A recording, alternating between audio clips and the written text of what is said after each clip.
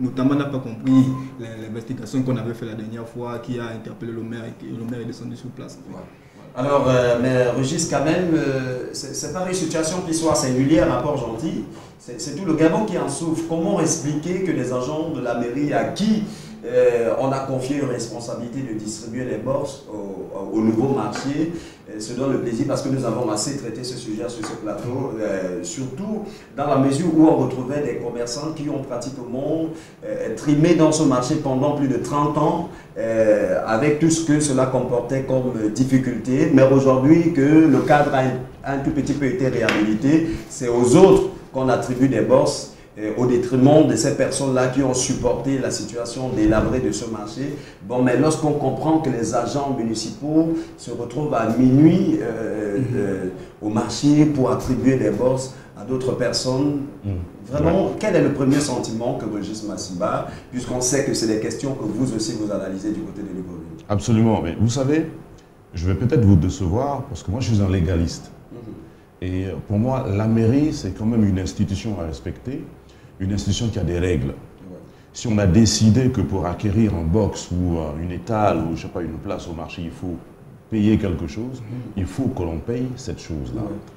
Je suis aussi un peu social, parce que je comprends que nos mamans, nos tantes qui n'ont pas beaucoup de revenus aillent au marché pour nourrir leurs enfants, mais il ne faut pas que ce soit dans le désordre. Il faut respecter la loi. Ce que je dénoncerai ici, c'est le fait que vous mentionnez que c'est au plus offrant. Alors, au plus offrant, c'est pas bien. Il faut fixer un prix. Si pour avoir un box, il faut payer 10 000 francs, écoutez... Sans le savoir, c'est le voilà. Sans le savoir, c'est ah ouais, c'est ça. Voilà, c'est bon, tant mieux. Alors, si c'est 10 000, on donne la place au premier qui amène ces 10 000 francs. Il ne faut pas que ce soit, bon, écoute, si tu as 15 000, donne-moi ça en cachette, je te donne la place. Là, ça, c'est à dénoncer. Mais la loi, il faut la respecter. Je suis bien triste pour les tantes et les mamans qui n'ont pas les 10 000 pour avoir la place, mais vous savez, c'est un pays. Bon, mais le problème, c'est qu'elles en ont. Mais on leur dit que les box ne sont plus disponibles. Mais on se rend compte quand même que jusqu'à minuit, les agents de négociation sont encore sur le terrain. Cette fois, est-ce qu'on ne peut pas qualifier cette attribution de marché noir quelque part? Est-ce que ce n'est pas un marché noir? Écoutez, il ne faut pas qu'on s'avance trop. Vous savez, le boulot des autres, vous savez dessus parce que je suis un grand dénonciateur, comme tu le sais. Mais je ne maîtrise pas trop la situation de Port-Gentil. Mais je pense que, je ne sais pas qui est le maire ici, que le maire a peut-être des responsabilités. Il sait ce qu'il a à faire. Et ce qu'il fait est forcément bien pour Port-Gentil. Voilà.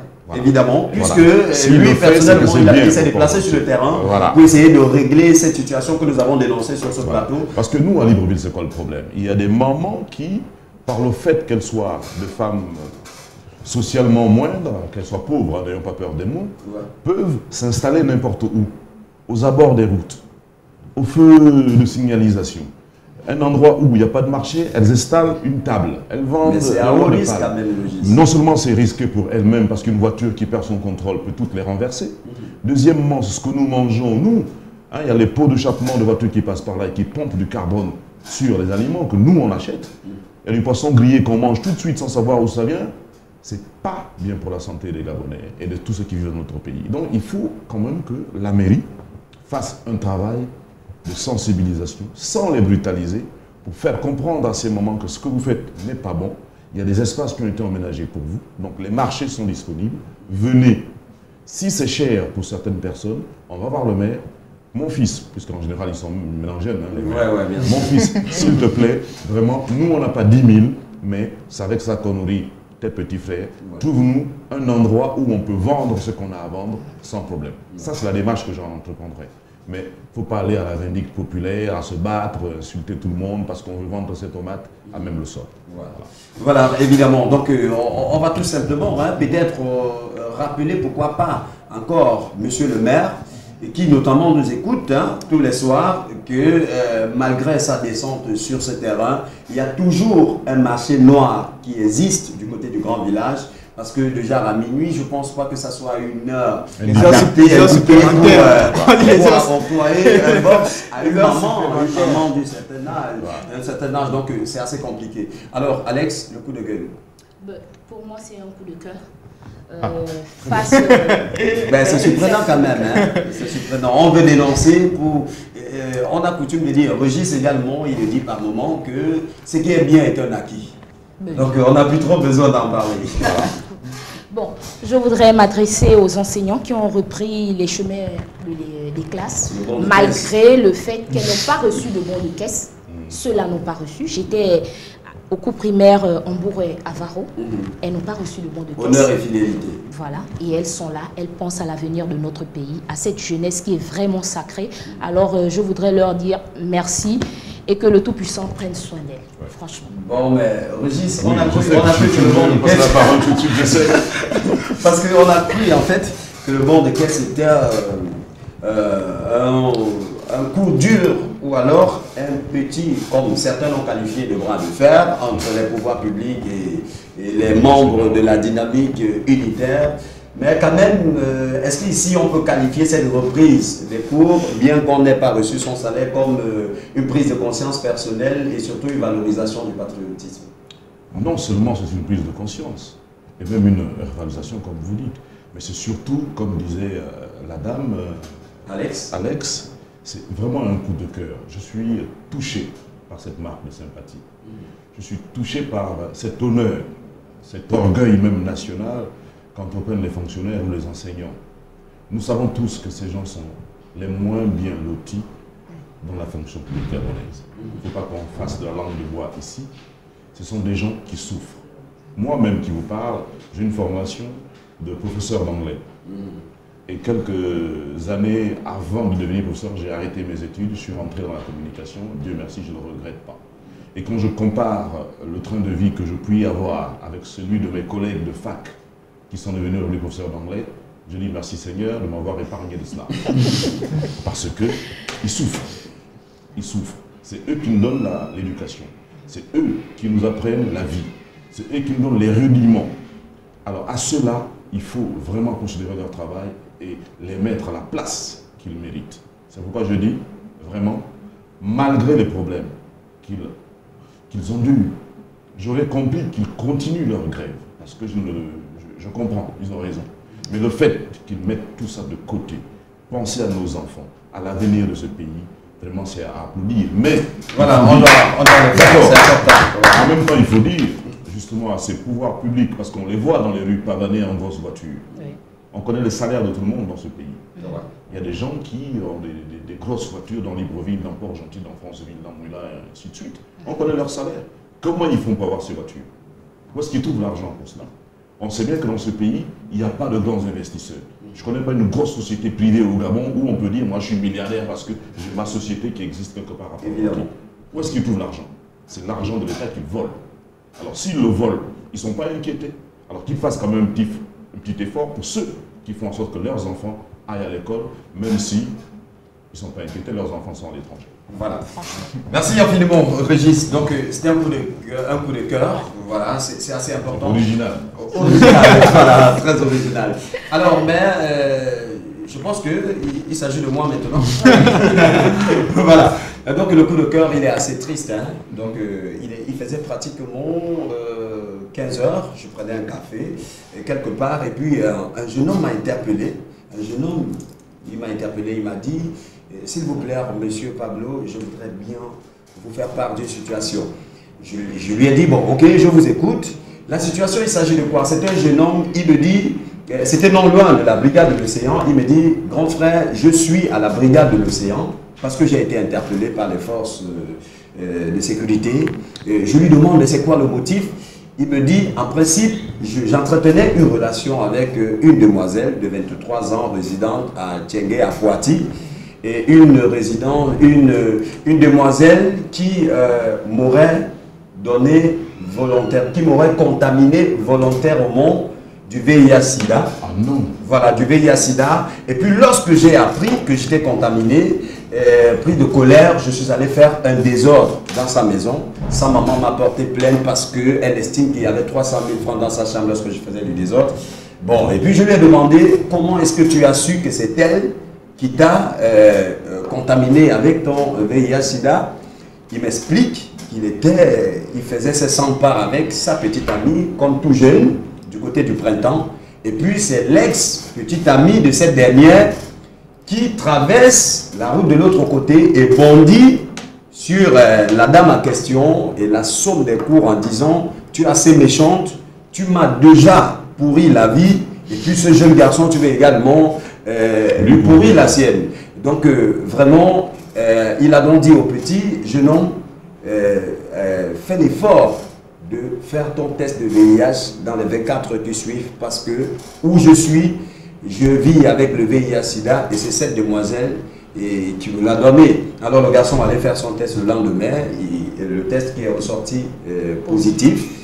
2 semaines après, il a refait le test qui était également positif. Et lorsqu'il s'est rapproché de la demoiselle lui a dit « C'est un monsieur qui me l'a aussi donné et puis je n'accepterai pas de mourir avec toute seule. Donc les autres doivent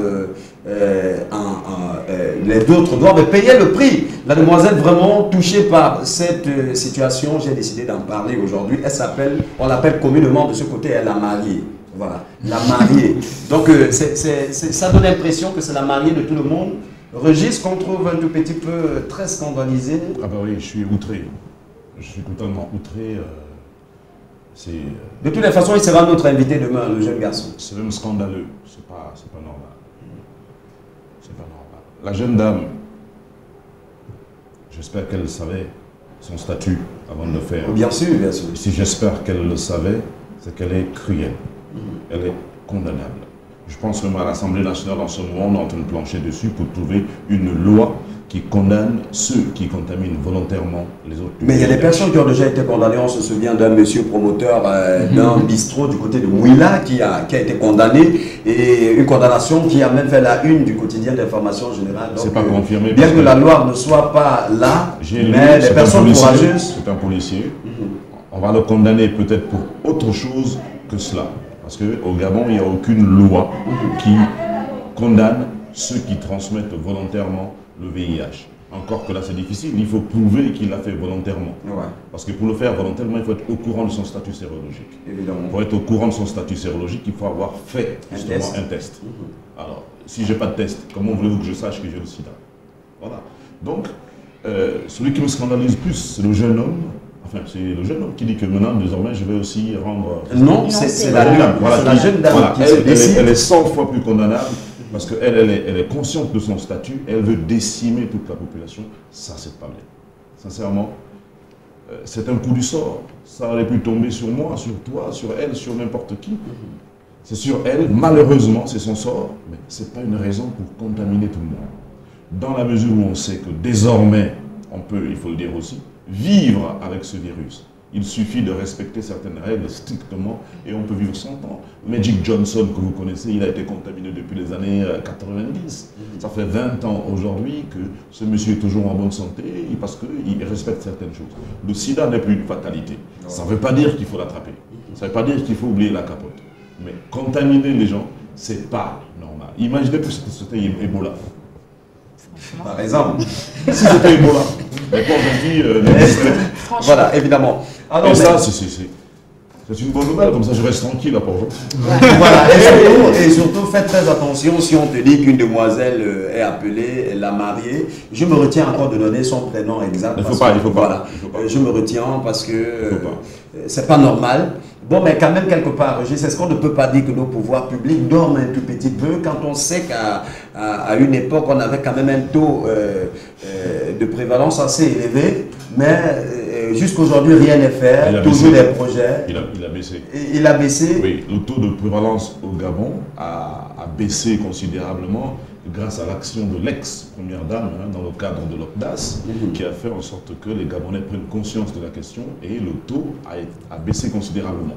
Maintenant, depuis lors, j'espère ne fâcher personne, il n'y a plus de communication sur le sida au Gabon, on n'en parle plus beaucoup, il y a même une sorte de banalisation de la question, ce qui fait qu'aujourd'hui, bon, les gens, ils prennent des risques, parce qu'on n'en parle plus beaucoup.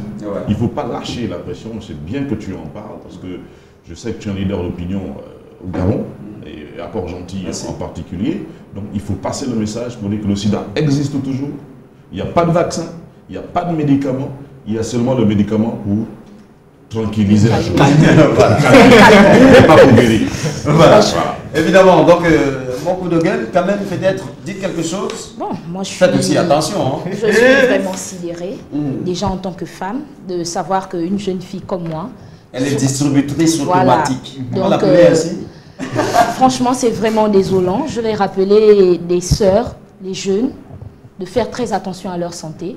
Et puis le tout, ce n'est pas de chercher le gain facile, parce que je pense que c'est celui-là qui mène toutes les jeunes filles à ramasser ce genre de maladie. Surtout en ce moment. Où il y a la baisse du baril de pétrole. Comment les choses deviennent un peu plus... À mon époque, quand j'avais votre âge, nous on faisait la cour aux filles. On les séduisait. Hein? On se lavait, on mettait un beau polo, un beau jean. Sans pour autant donner 100 francs. Voilà. Aujourd'hui, à peine tu dis, ça va, tu as combien? Moi, c'est le gain. Franchement. Donc, je vais les sensibiliser en disant de faire très attention et de prendre soin de leur vie, parce que lorsqu'on est atteint du sida, on est obligé de faire avec et non essayer de se venger. On ne vit plus bien. Voilà. Voilà. Exactement. Peut-être. Oui, tout simplement dire que la jeune fille est victime de sa propre maladresse. Parce que si elle s'était préservée, elle ne devait pas être atteinte du VIH, ce qui fait en sorte qu'elle soit frustrée et elle se dit... mais est-ce que le fait d'être frustré donne notamment raison de non, j'en venais. Je disais qu'elle est frustrée du fait qu'elle n'a pas été consciente que si j'entretenais de relations sexuelles avec quelqu'un sans pour autant être protégée, j'encours des risques. Voilà, elle n'a pas été consciente. Et cette non-conscience-là a amené à ce qu'elle puisse être normalement atteinte du VIH. Mais cela ne la donne pas la permission ou le droit de distribuer cela à tout un chacun sans pour autant en prendre compte. Voilà.